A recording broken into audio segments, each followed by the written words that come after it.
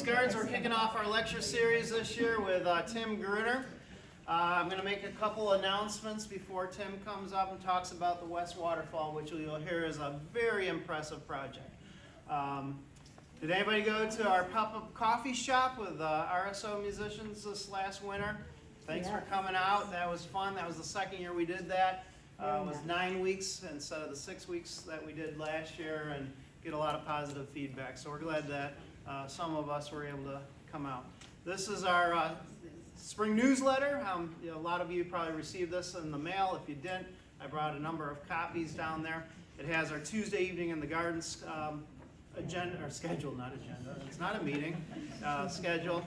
It has our Garden Explorers schedule in there as well. That's an interactive parent-child program that happens for 10 weeks on Thursdays throughout the summer. 9 weeks this year, because the 4th of July, you may not know this, trivia, is on a Thursday. Last year, the 4th of July was on a Tuesday. We only had 13 concerts last year, 14 this year. We increased our band budget by 20%. We're bringing some big bands into Tuesday Evening in the Gardens, including the Verve Pipe. I don't know if anybody remembers the name of the Verve Pipe. They will be here on June 11th, followed by June 18th with Miles Nielsen and the Rusted Hearts. So those are always a crowd favorite. Get here early. We've got a triple the beer order that night, don't we, Warren? Holy smokes, it's crazy. And the Sensations, first time the Sensations are coming. All right, I'll tell you the date. And does everybody know who the Sensations are? That's another Cheap Trick offspring band. Holland Zander is the daughter of Cheap Trick, Cheap Trick lead singer Robin Zander, and they will be here. Warren, do you know? I'm putting you on the spot. I know, don't worry, I got you covered. August 6th. So August 6th, the Sensations. First time they will have ever played here, so we're really looking forward to that. Check out the concert schedule and a couple other great things that we have in the lecture series, in the season newsletter. Out in the garden, we've done a number of small projects this year. Tim probably would say those aren't so small, but a lot of, uprighting boulders and flattening bridges, and right now we're working on the coin basin. So a lot of really neat, fine-tuning things out in the garden. We had a great winter as far as weather to get out, work on some of these construction projects. We built a very beautiful, 108-foot long wall. It's made out of concrete, very sturdy concrete, and it's retaining the north slope above the pond strolling garden. That slope started to slide over a number of years, and we put it in a very nice, most people won't recognize it. I think it's a work of art. It's a very, very expensive wall, and it looks great. So, Tim Gruner, and Horticulture.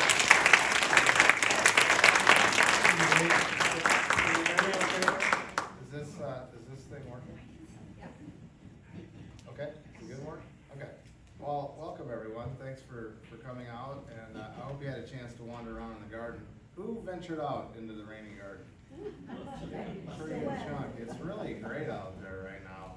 It's like really, to me, it's like in its absolute full spring expression right now. So much vibrant energy and so much growth, and like the toads are starting to sing out there, and there's warblers out there, and it's just a marvelous world.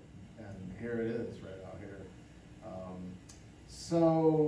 Unusual spring, just real quick, things are way ahead. We're, as of the 3rd, and I haven't checked in the last couple of weeks, but as of the 3rd of April, we were 30 days ahead of last year. Wow. And then 17 days ahead of the 30-year average, so we're still pretty far ahead. Usually as the season goes on, then things start to moderate and become kind of in sync with past history, but pretty unusual. Lots of great things going on out there. We're making a lot of improvements. We're trying to improve our safety and accessibility in some areas with improved steps, and we're planning on another handrail from the East Waterfall down to the zigzag bridge. So the hardware is in place. We just need to now finish the railing and so forth. So a lot of great stuff, and for me, as I creep up on retirement here, and I think back to the first year that I worked here, it was when this Waterfall, the project really kicked into high gear. Now, the reality is that things really started happening in 1987, but, and then there was some stuff, and I'll show you some images, what happened in 87 and then in 1988, but when I started in March of 1989, as the low guy on the totem pole, I did whatever they said, and, you know, to the best of my ability, and all that was there was a steel wall, so let's jump right in, and it's not a long program. I think if there's a question here and there that you gotta get out, I think don't hesitate to ask. If it can wait to the end, that's fine too. But so let's get going. The time frame, really 1987 to 1991 is the oops, that was accidental. Is really when this thing went together, and of course the vision, it was always a collaboration between John Anderson and Hoichi, who's you know, Hoichi Hurisu. I think most of you know who Hoichi is. Who doesn't know of Hoichi? Okay, so the few people don't know. Hoichi is really one of the most influential garden builders and really in North America, and his philosophy of gardens as like healing and regenerative spaces has really kind of swept over the whole Japanese garden world in North America, and now even in Japan. And so his philosophy of breaking outside of just cultural boundaries and getting us into this kind of mindset that these gardens are universal and that they speak to people of all kinds. And so and then we kind of need them. It's a connection, direct connection to nature, and all that nature can do for us in terms of visioning good things for ourselves, and rejuvenation and regeneration after difficult things. So anyway, Hoichi is a major player. The guys that I started working with here, Michael Elena and Jim Jeline. That's Jim Jeline, the big guy over there on the wall next to the elevator. And then Mark Elena. Those are the guys that were here when I started. They were awesome. They were all artists. They were amazing people. I learned a tremendous amount from them. I learned about how to not panic in difficult situations and find solutions when things were difficult. That's what they did. And so I'm eternally grateful to those guys for what I learned about process and just figuring things out. Don't panic. Stay calm. Important. And then some of the other guys, important, Joseph Bear and Sons, John's close friend Dick Bear was super important in this project, really giving a lot of engineering advice with his people, and then the crane operator, Vic, who was awesome. It was just a great world to be a part of. These Walt Gilmore, Bob Swanson, local guys that were awesome. You'll see some of those guys in this presentation. So here we go, West Waterfall construction. And I mentioned a little bit about Hoichi. This is a later photograph of him with his assistant at that time, Taka, at the West Waterfall, at the pavilion in 2010. And I probably said, you know, I could talk a lot about Hoichi and how prominent he is in the field, and how grateful I am to him to be exposed to his philosophy all these years. At that time, I was just a grunt guy out in the field doing whatever he said, and whatever the guys I worked, you know, the Jimmy and Mike, and I did whatever needed to be done, and I did the best I could. But Hoichi came to be, you know, close to me, and I admire him greatly, and we're all really benefit from his vision and what has happened here with the support of the Andersons. And so simple things like this, these all come out of the archives of the West Waterfall.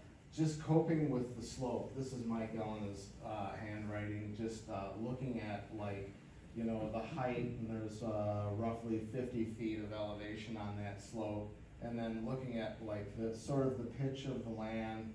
It's not important to know that, but this is all part of the planning process that went into this project. This is definitely not Hoichi's drawing. this definitely is. This has got like this sort of trademark, like, it's like as beautiful as scribbles can be, you know? I mean, it's like expressive scribbling. And that's very much Hoichi's style. I'm out of your way enough here, right? Okay. But you know, you can see that like the proportions of all of this are being set in these sketches. And that's important. The design process of this entire garden has been very much like from drawings like this, which then as time went on, this is a conceptual sketch, and Hoichi was playing with sort of like how the land might be shaped. You can see that basically the waterfall is as it has been drawn. Here's a path going up the side, another one. This is very suggestive of a path. The boulder wall that the gazebo sits on. So it's all there, and now he's playing around with shape. And then there's a few other like shape sketches. Simple, you can see he's tracing off of the same drawing.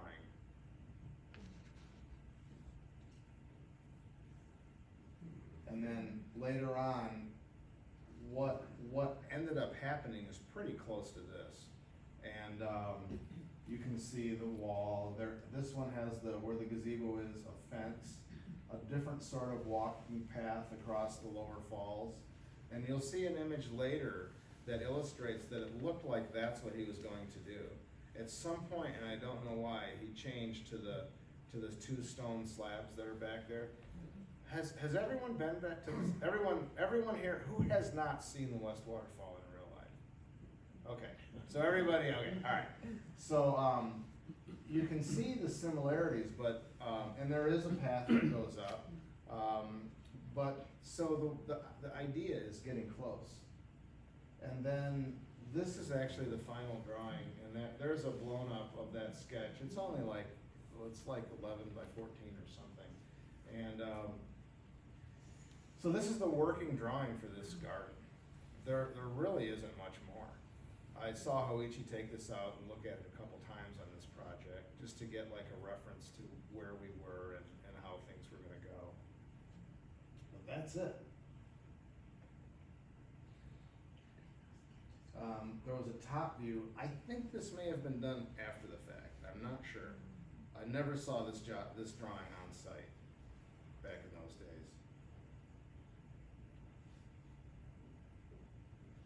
So I said that things really started in 1987, and this is the construction of the pond that sits at the base of the waterfall.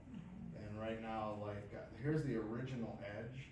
These boulders are still here, the drain is still right there. The waterfall will exist right over here at some point.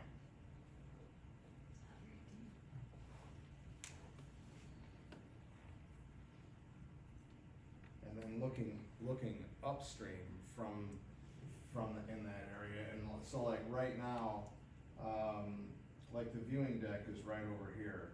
And again, this is the original edge. When once the boulder work was done and the waterfall was in place, Hoichi thought that there wasn't enough visual mass at the base of the falls to like balance out the visual weight of the falls itself, and so we actually expanded that pond. It was made bigger. But you can see, here's where the earth bridge will one day go. So the machi is right here, the tea house is back over here. And I threw this in there because there really was a different landscape there at that time. There was a gate right here. It was a gate to really nothing, but things were beginning to emerge with these trees are still in place. Those are those big sugar maples back there, sugars, and there might be some red maples, might be reds and sugars. But, you know, it was very different, and the space was being conceived a little differently. And once the tea house went in, that all changed, that all came out. But this would have been 1988, and what that space looked like. This is, you can see where the wall of the lower falls would be would be built. And it's just like lines drawn on the ground. That's really how the whole garden was built. Almost everything. It's just painting lines on the ground and sort of improvisational gardening, really. With a solid plan, but subject to change. And then excavation began. There's Huichi right up here on the slope overseeing things.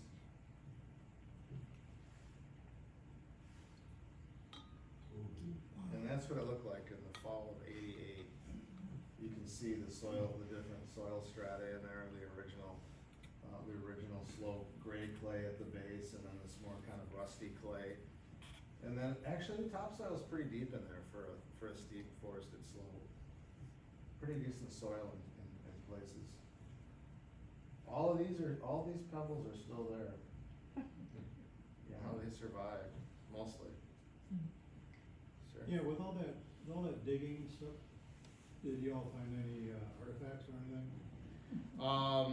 Not in this site. We have found stone arrowheads in the garden through the years. So there definitely was a Native American presence here. Yeah, for sure.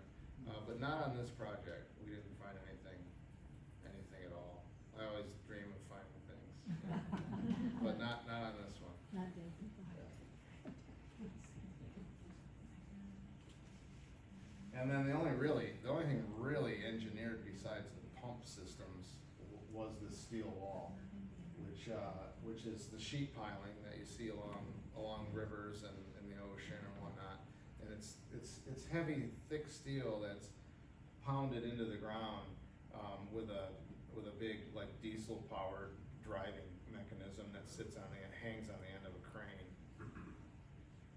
And they all lace together. There's a little bead and a receiver that allows the pieces to thread together, and so they're very rigid. And then behind all this whole thing is a big I-beam that knits it all together.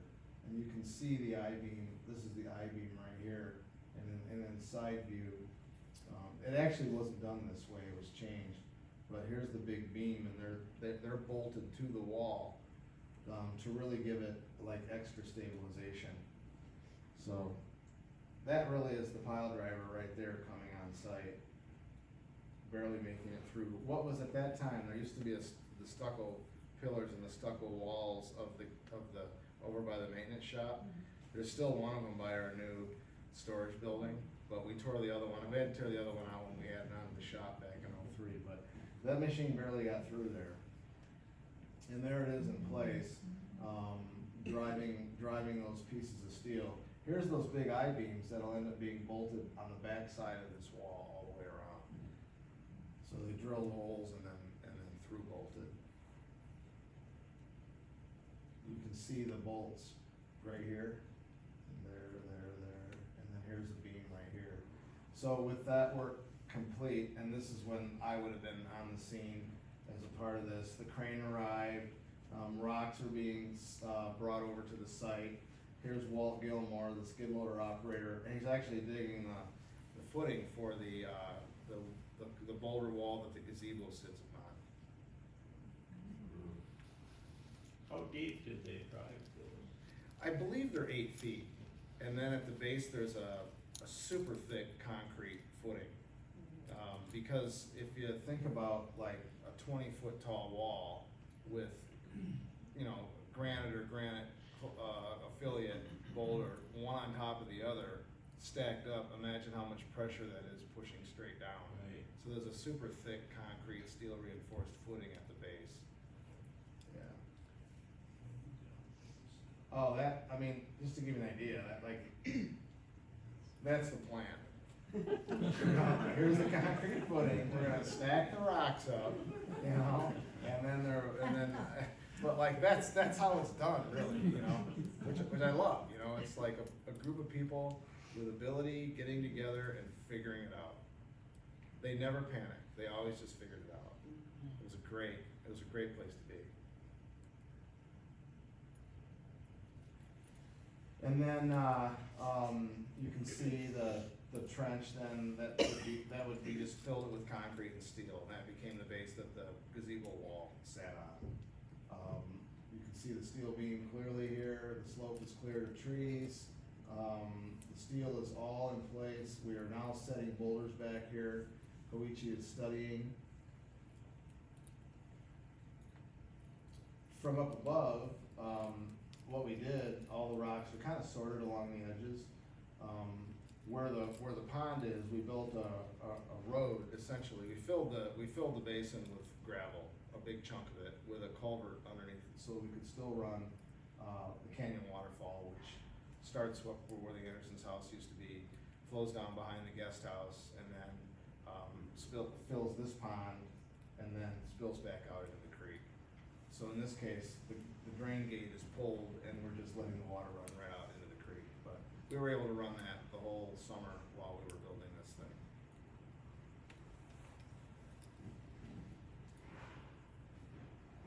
There again is that I-beam, and there's Hoichi and Mike and Jimmy. They were like the key.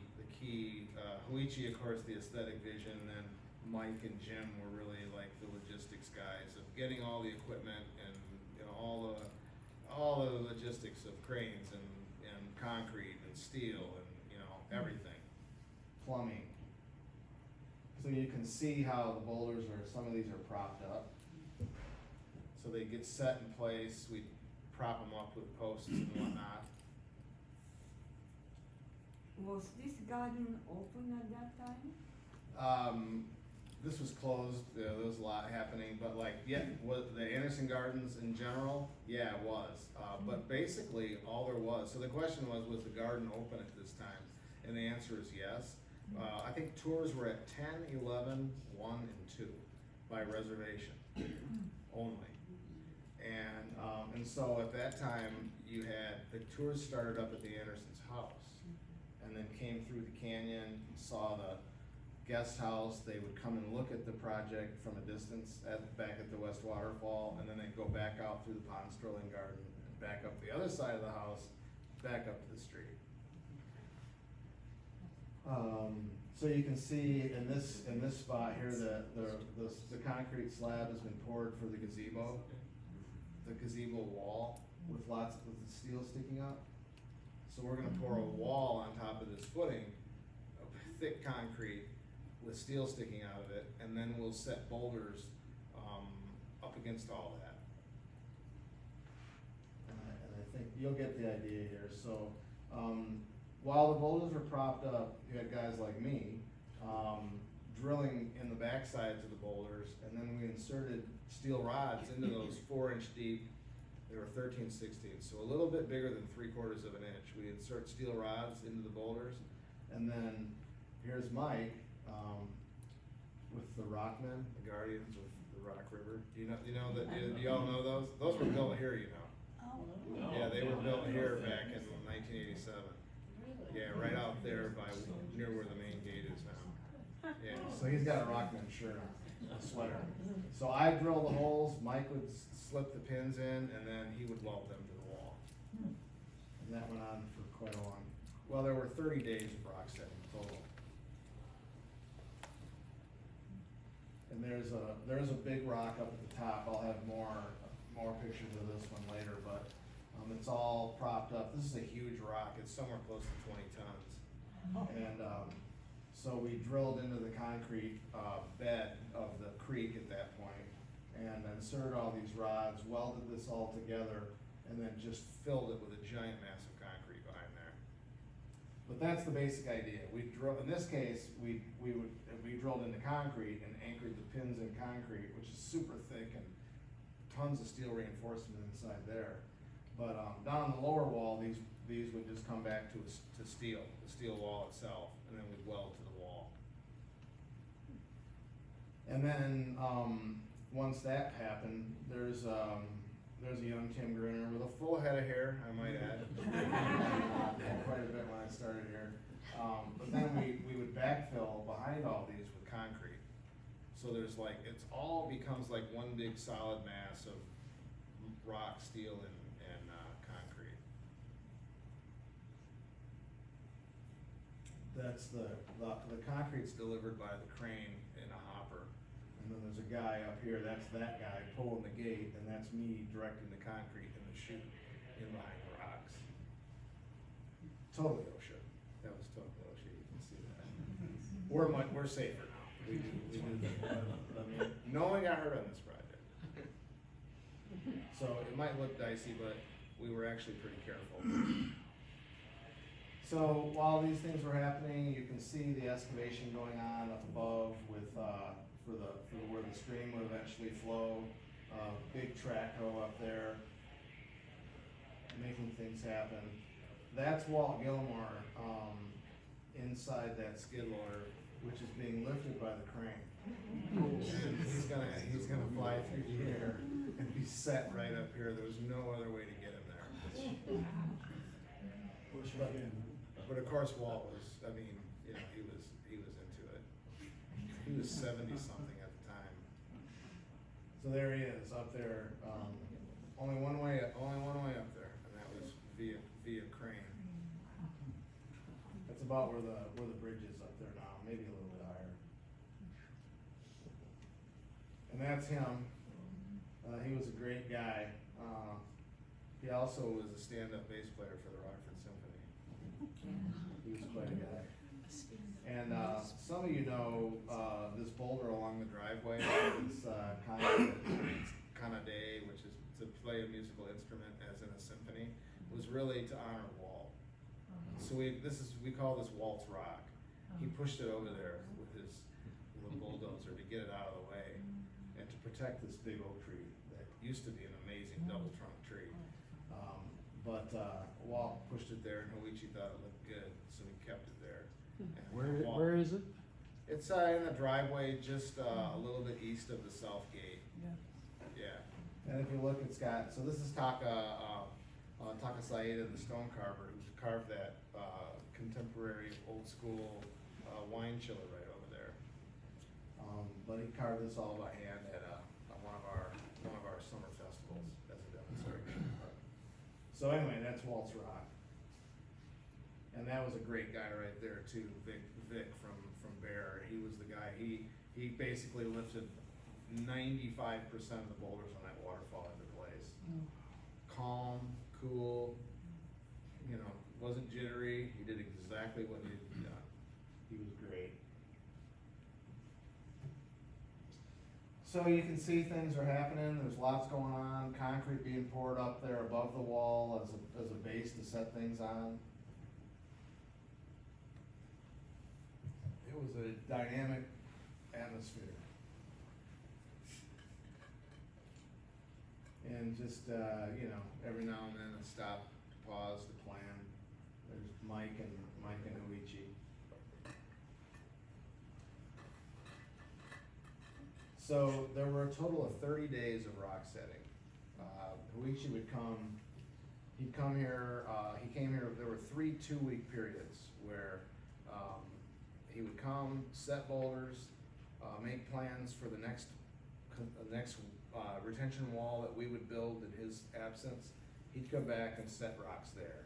And then that went on throughout the year. So 3 2-week periods is what it took to put all those boulders and all the concrete and everything in place. It was really extraordinary. What was the source of the boulders? So the boulder source, most of those boulders came from the Elkhorn, Wisconsin area, from a company called Mann Brothers. And Mann, they did a lot of road and building construction, big heavy stuff. And whenever they found rocks, they grabbed them and brought them back to the pit. And so Hoichi and Mr. Anderson would go up there and select rocks. And so all of those came from Mann Brothers in Elkhorn. Yeah. Yep. And you can see some are propped up, getting ready to be drilled, and look at all the props and so forth. 750 tons of boulders on that project, which is pretty significant. I mean, that's like 22 tons of load. What is that? 4 tons. That's like 35 semi-trailers or something full of boulders.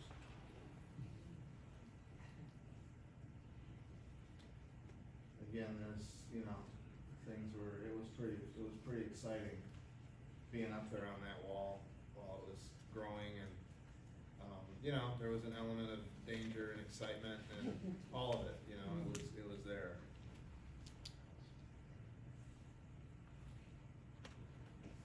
You can see this thing starting to come into play with the mat. It's a huge thick footing and a thick wall. There's Jimmy, the big guy over there, and there's Mark Elena. There's his brother Mike right over there. So all these people that were so fundamental to this, the growth of a lot of this garden are right there.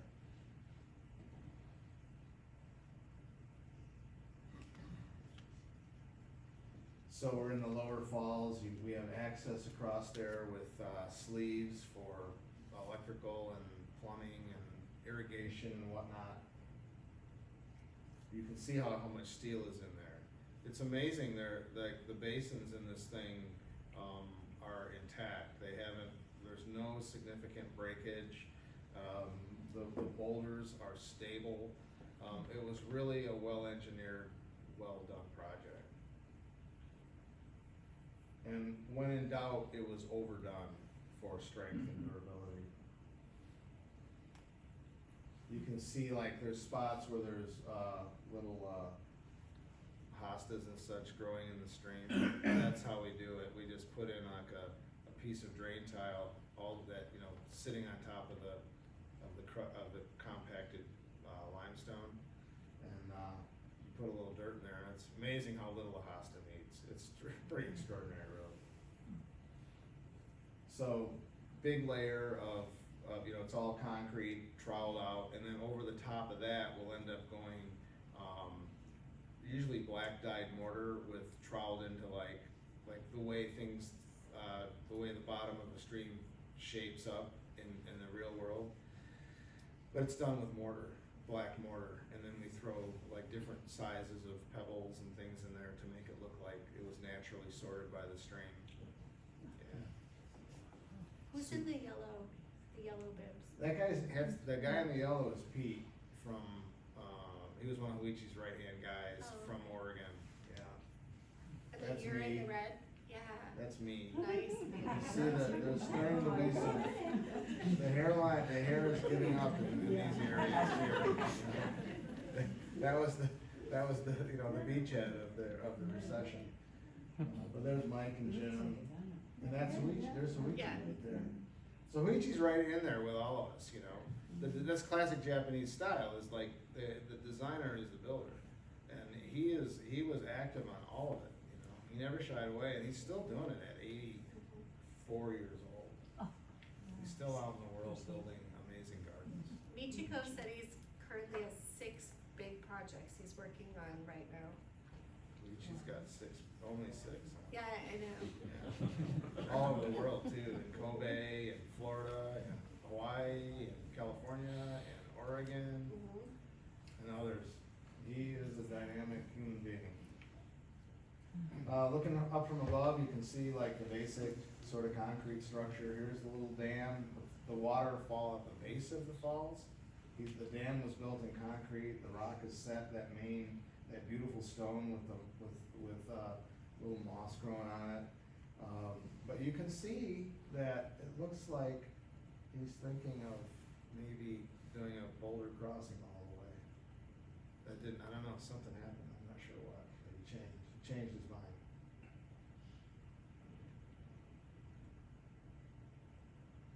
And then looking from up above, here's another concrete wall with the footing and the steel sticking up out of the concrete. Steel sticking out of the bottom of that wall, of that footing, which will be where we'll tie in the stream that plunges down towards the lower falls. So everything is really knit together really, really well.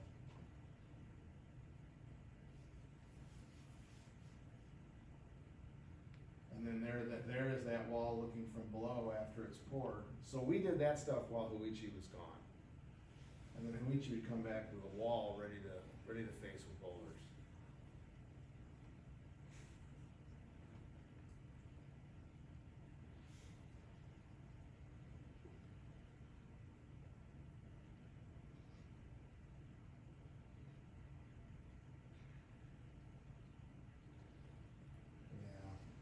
was so much happening.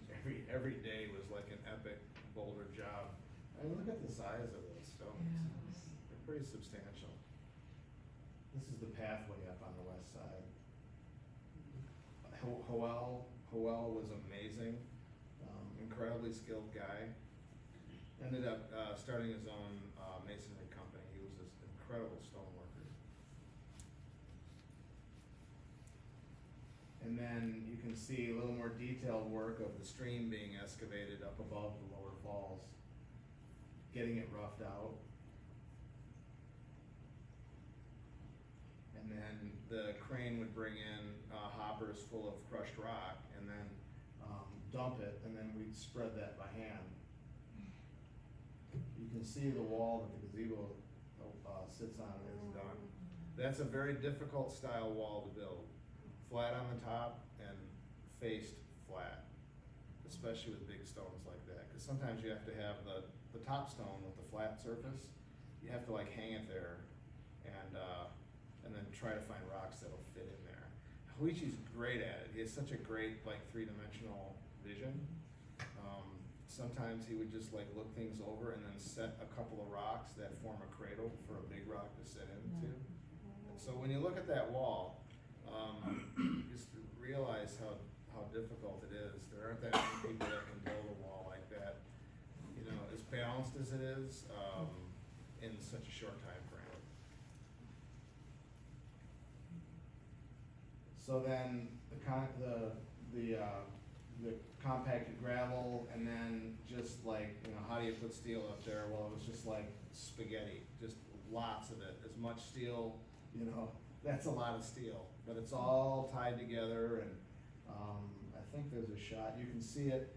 Here's that concrete wall that we just saw a little bit ago, and you can see how the steel is plunging into the footing.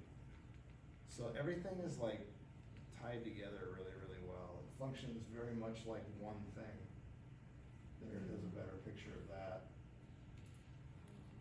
And then same, those steel that was sticking out the bottom that I showed earlier. See how now those are all bent down and then integrated with the steel in the falls that plunge down below that. So the bridge is somewhere over here, I think is correct. Something like that. And here's that upper basin where those really huge rocks will, this is where that 20-ton unit will sit later. I got a couple pictures of that coming up.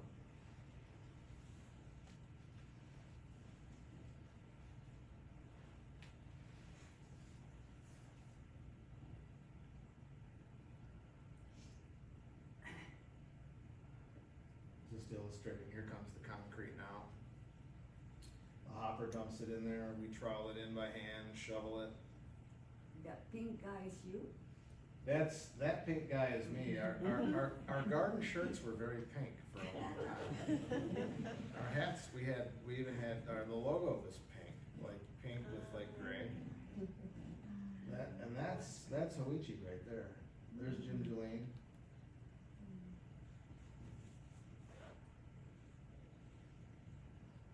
And then, you know, by the end of the day, things are looking pretty good.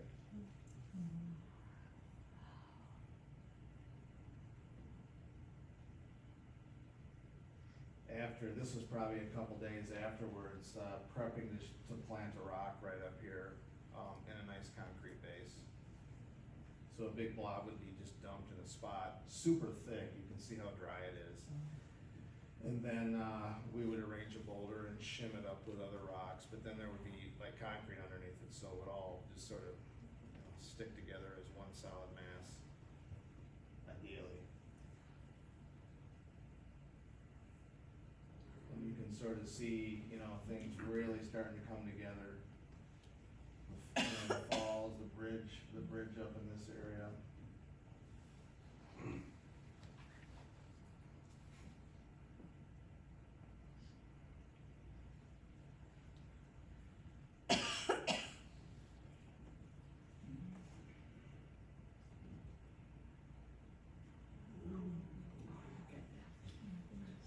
It's pretty big.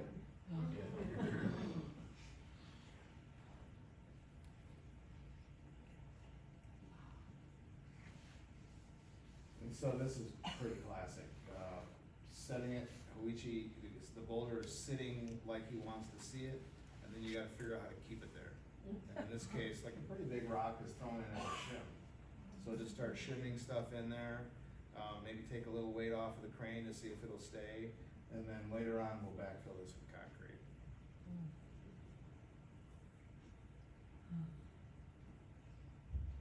And there's Mr. Anderson taking a look at things. He's got his work clothes on. That means there's probably pachysandra being planted somewhere, somewhere on the land.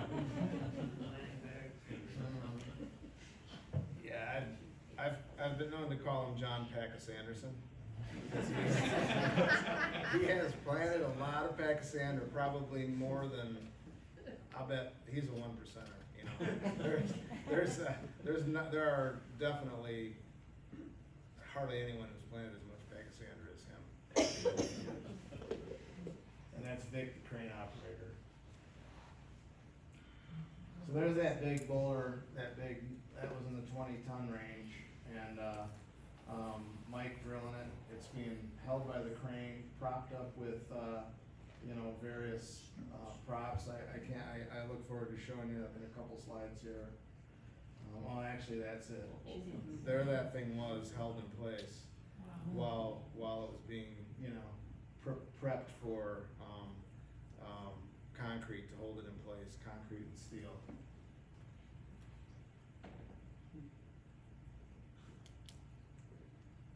And there's that network of steel behind it. And so there's I can't remember, there's 3 cubic yards or something of concrete behind that. That's a big mass. That's 6 tons of concrete. With that, can you go back to that slide? Sure. I'm wondering, how much work prior to setting that barrier to hold that rock, how much welding went into that prior before setting it, or was it set while the rock was up? So the question, well, kind of when was the steel put in? Yeah. The steel was put in after the fact. So once we see the rock in place, then it's okay, how are we gonna keep it there? Because it has to stay, And so, so very much that's the, Huichi as the designer, he wants to see it how it's gonna be seen. This is what I want. And then guys like Mike and Jim then are okay, we gotta do something significant here because this can't fail. And so that's when it's all right, well, we got a giant thick concrete slab that this rock is sitting on that's full of steel. We just hammer drilled into that and started the rods and then in effect built a giant counterbalance to offset this rock's weight hanging out in space. So now it's being counterbalanced with a big mass of concrete on the backside. So far, it's worked. I don't think it's ever gonna move. I don't think any of this is ever gonna move. But they're a little bit further away. That's another big rock. This is way up at the top. The water comes out, oh my gosh, somewhere right over here. Somewhere right in here, the very top, fall, that, the top, where the water comes out the highest up. And then by the fall, it looked like that. So the rock setting is virtually complete. And that was just a cool thing to see it at that stage with just the straw, and we threw down annual ryegrass to kind of knit it in. So things were getting late. But even if you had just left it, it would have looked pretty cool. But of course, there was a lot left to happen. So there's another angle. But it does give you the idea. It's hard to tell how much rock is really up there now. So much of it is softened and disguised with plant material.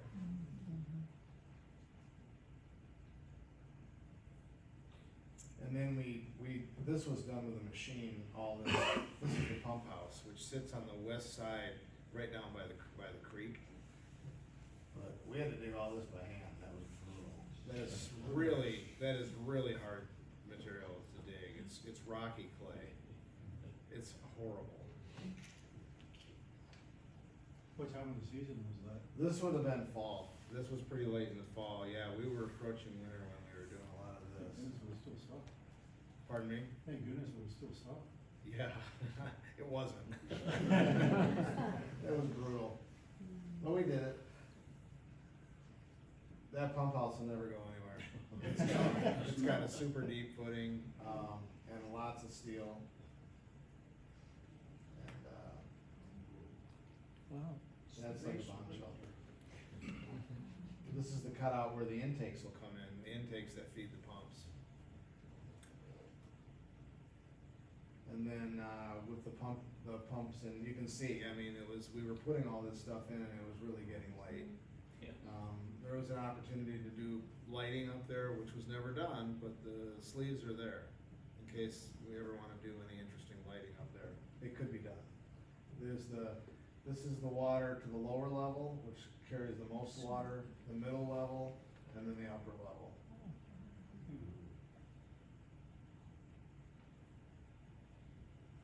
And the original pumps look like that. They all come together in a manifold up here and then go out to those 3 pipes. This is the spring of 1990. And then came the electric for that project, so that has its own transformer back there. So there's a power line that runs from up by the maintenance shop all the way to the pump house back there. A ComEd transformer feeder. This is the original, so the gate, just for, you know, perspective, the main gate is right about in here. That was our storage area where we put all of our debris, pruning debris, and we stored gravel and things like that in there. Is that pipe to the right still there? That- This Yeah. pine right here, this is the old guest house circle. Why we still call it the circle is because it was Right. a circle. Okay. At one time, there was a circular planting in the middle, and this is one of the trees. And that is that really nice pine, when you go across the Giboshi Bridge, the first really nice one on your left, which is one of my favorite pines in the garden, but that's it, when it was young. Much younger. And then the plants started coming and spreading soil up there. And all of a sudden it starts to come alive, really. There was some huge pines put up there. So they were put into big baskets and then lifted in with a crane. There's one of them that unfortunately declined over time. That one was above the wooden bridge up there. And I think someday we need to do something, we need to start small and do something to go back to that kind of look. But the soil is horrific right in that area. I dug that hole, it was a monster. Just the worst hard clay with rocks. But we also pushed a lot of them up there, pushed a lot of plants up onto that hill. That segment was probably the most exhausting work I've ever done. Like pushing those up there and then carrying 5-gallon buckets of gravel up the path to make the steps and whatnot. Oh my gosh. After we had things pretty well planted, we put down that sessile mat up there to sort of help knit things together while the roots were developing. And really, by sometime later in the spring, you can see things are starting to happen. You can see the route that Huichi chose with the stone slabs. And here's that beautiful maple that's back there now. And I think I took a picture and added, present day. Look at that little tree turned into that. What's really now a fabulous specimen.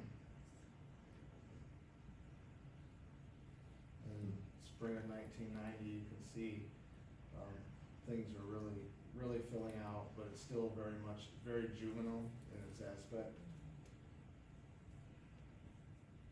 And there's Huichi on that project.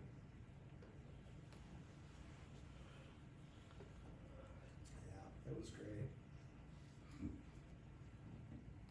1990, Hamada, Masahiro Hamada, who built the guest house in 1985, he came to start doing sort of reconnaissance work for the tea house, and then also to build the gazebo.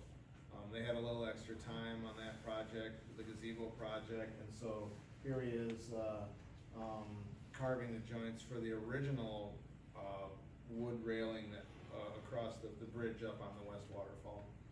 That's been replaced now, I think 2 times since then. It's really due for a replacement railing. So I have a piece of wood that I think will fit real nice up there, up in the storage area up there. So maybe this summer. We'll see how it goes. And there they are. Look at how full things are starting to look. That was a lot of plants.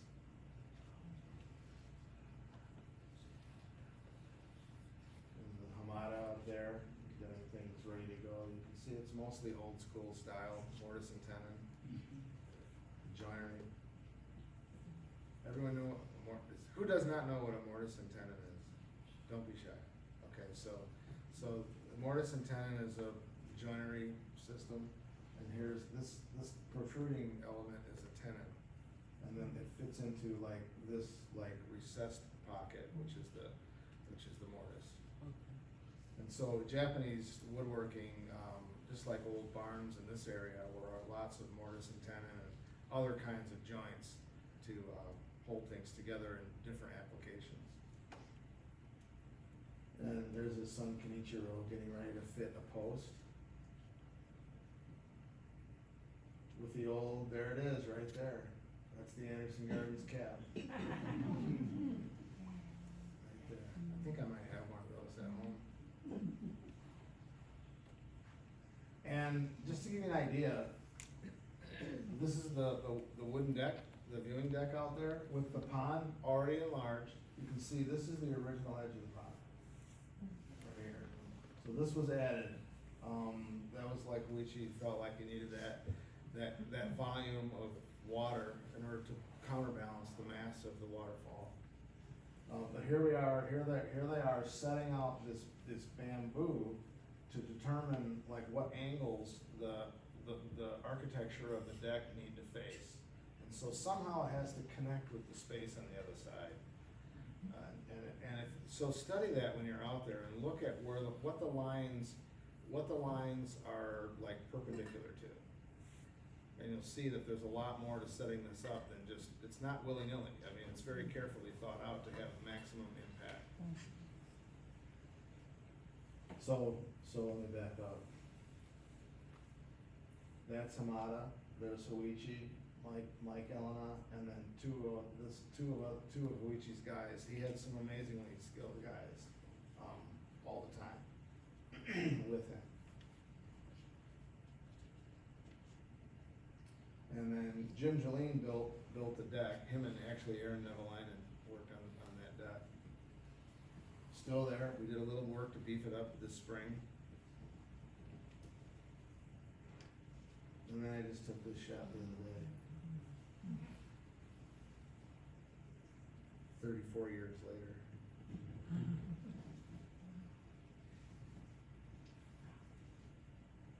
So from original concept with the gazebo, this was Hamada's first round gazebo that he had ever built. And in 1990, that's what he did here. He worked on that gazebo. Him and his son Kenichiro. So there's Masahiro and there's Kenichiro right there. Putting on that beautiful cryptomeria bark in the ceiling. So that bark is stripped off those trees and then it grows back when they do it, correctly and at the right time. They can keep harvesting bark off of those trees.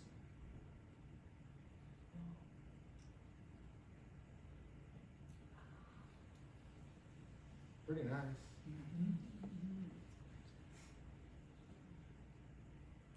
And again, there's the original concept. And hard to capture that bird's eye view, but this is, I think I took this just 3 days ago with with all the petals falling from the serviceberry. I love this time right now, you know, the serviceberry petals are they're so delicate, and then they collect in the water around boulders, and the way they like evenly distribute out over the moss, it's really wonderful. That's wonderful out there right now. There's that, you know, that pretty straight wall. That is a hard thing to do right there.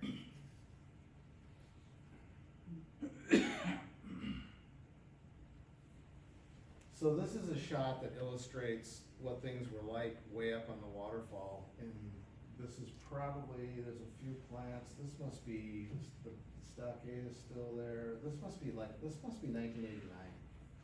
And there's that guest house circle, right? So that's why we call it the guest house circle. It was this circular planting, and, is there? But you can see where our stockade was. The main gate now sits like right about in this area. So this tree, the next slide shows it, and I think the next shot I took yesterday. So that tree is still there. So there's that tree. It's pretty different. A lot has happened in 35 years.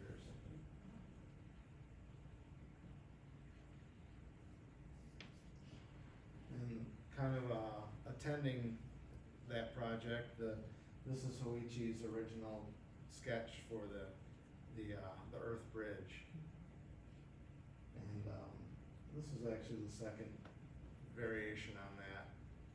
The original one I'll put the original picture in here. I have one really crummy picture of the original bridge, which had bamboo tips out here. Thin black bamboo tips, just little fine, a whole row of them, and then there was a small log that divided the earth, if you will, from the bamboo tips. And then they cut the bamboo tips off in a really clean, straight line, and they used the little pieces from the cuttings to make a rope that they then packed in up against the log it was kind of like putting caulk in there, right? Mm-hmm. But it was cool, it was beautiful caulk. I'll add that to the next time. There are no good pictures of the original, that I know of the original bridge. I've got one from a video, a Victory Garden video from like 1998, I think. And it was pretty degraded by then. But anyway.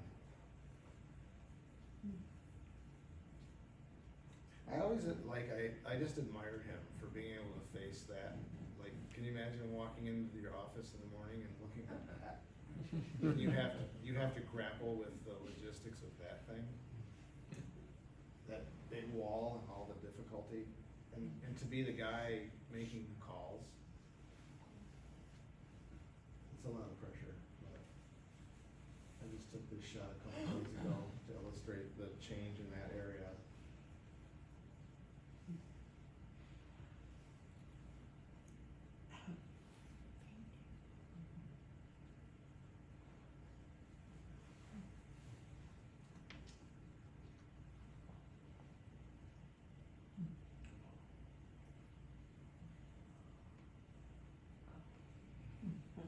Pretty wild, isn't it? So that really is it right there. Does anyone have any questions about that? Since '91, has there been major improvements been done since then? To that? Yeah. Mostly, the improvements would be all like everyday improvements, like pruning. So like pruning becomes like soft creation, if you will. It's the and so all of that work is ongoing. We rebuilt the bridge over the water, the wooden bridge. That was completely rebuilt in 2012. The super warm winter of 2012. We were actually working up there. Your first season here, Catherine? 2012, that was super fun. It was so warm up there in January because it faces the south. That was super. So we rebuilt that bridge, rebuilt the railing, I think, first time back in like 03 or something, and then rebuilt the whole bridge in 2012, and rebuilt the gazebo, what I would call a respectful restoration. We used virtually all the components. A few we replaced, but that was in 2013, 14. But just like, there's been a couple of rocks in the lower wall, in the lower area that had moved, and so we did a couple of projects to reinforce those and get them back to close to where they were. We put the railing in, the handrail last year to, make it safer, and of course we try to make that, whenever we do a change like that, we try to make it aesthetically integrated as possible. But I think that's about it, really. Yeah, as far as changes in that area, it's all like, now it's daily changes with growth and death of certain things, and then like the winter of 2014 was really tough on some plants back there. 2019 was tough on some things, so there's always like rejuvenation and replenishing going on. Yeah. Anybody else? Is the pump project in one of them in that pump house you showed us? Yep, so the pump project, that we've had some really gracious donors help us with, that all three of those pumps will be replaced. Yeah, they're all kind of getting a little grumpy on us. And so it really is time so that we have a reliable system that day to day we can count on, and when people come here, because people come here from all over the world, all over the United States, we don't want to disappoint. We want people to kind of experience it at its fullest and best, and it's hard to do that with equipment that's not quite up to snuff. So things get old, they wear out, and we have to replace them. So yeah, that's the pump project is right there. Yeah. So anybody else? Any questions? Yeah. Well, I'm sure. Sorry, I got to ask, what safety things did you learn during that project in '88 that you would do differently now? We would all wear hard helmets. For one thing, I wouldn't do that again without hard hats. We have better rigging for, like I would just use a rope to tie myself into the wall sometimes. Now we have better, like rock climbing belts and things like that, belts that, but really, in spite of the, I think it looked probably riskier than it was. I think when you're, confident with the materials and respectful of it, and you're aware that if there's going to be a failure, it could be here, and what happens if that happens, then you work all that you can to not let that happen. So I think probably just hard helmets would be the main thing. I mean, the rest of it is like, there's only so many ways you can hold a big rock into the spot while you prepare it for its final anchoring, spot, or whatever you want to say. But that'd probably be the key thing. But I think overall it was a really well-run project that had a great safety record. Well, thank you everybody for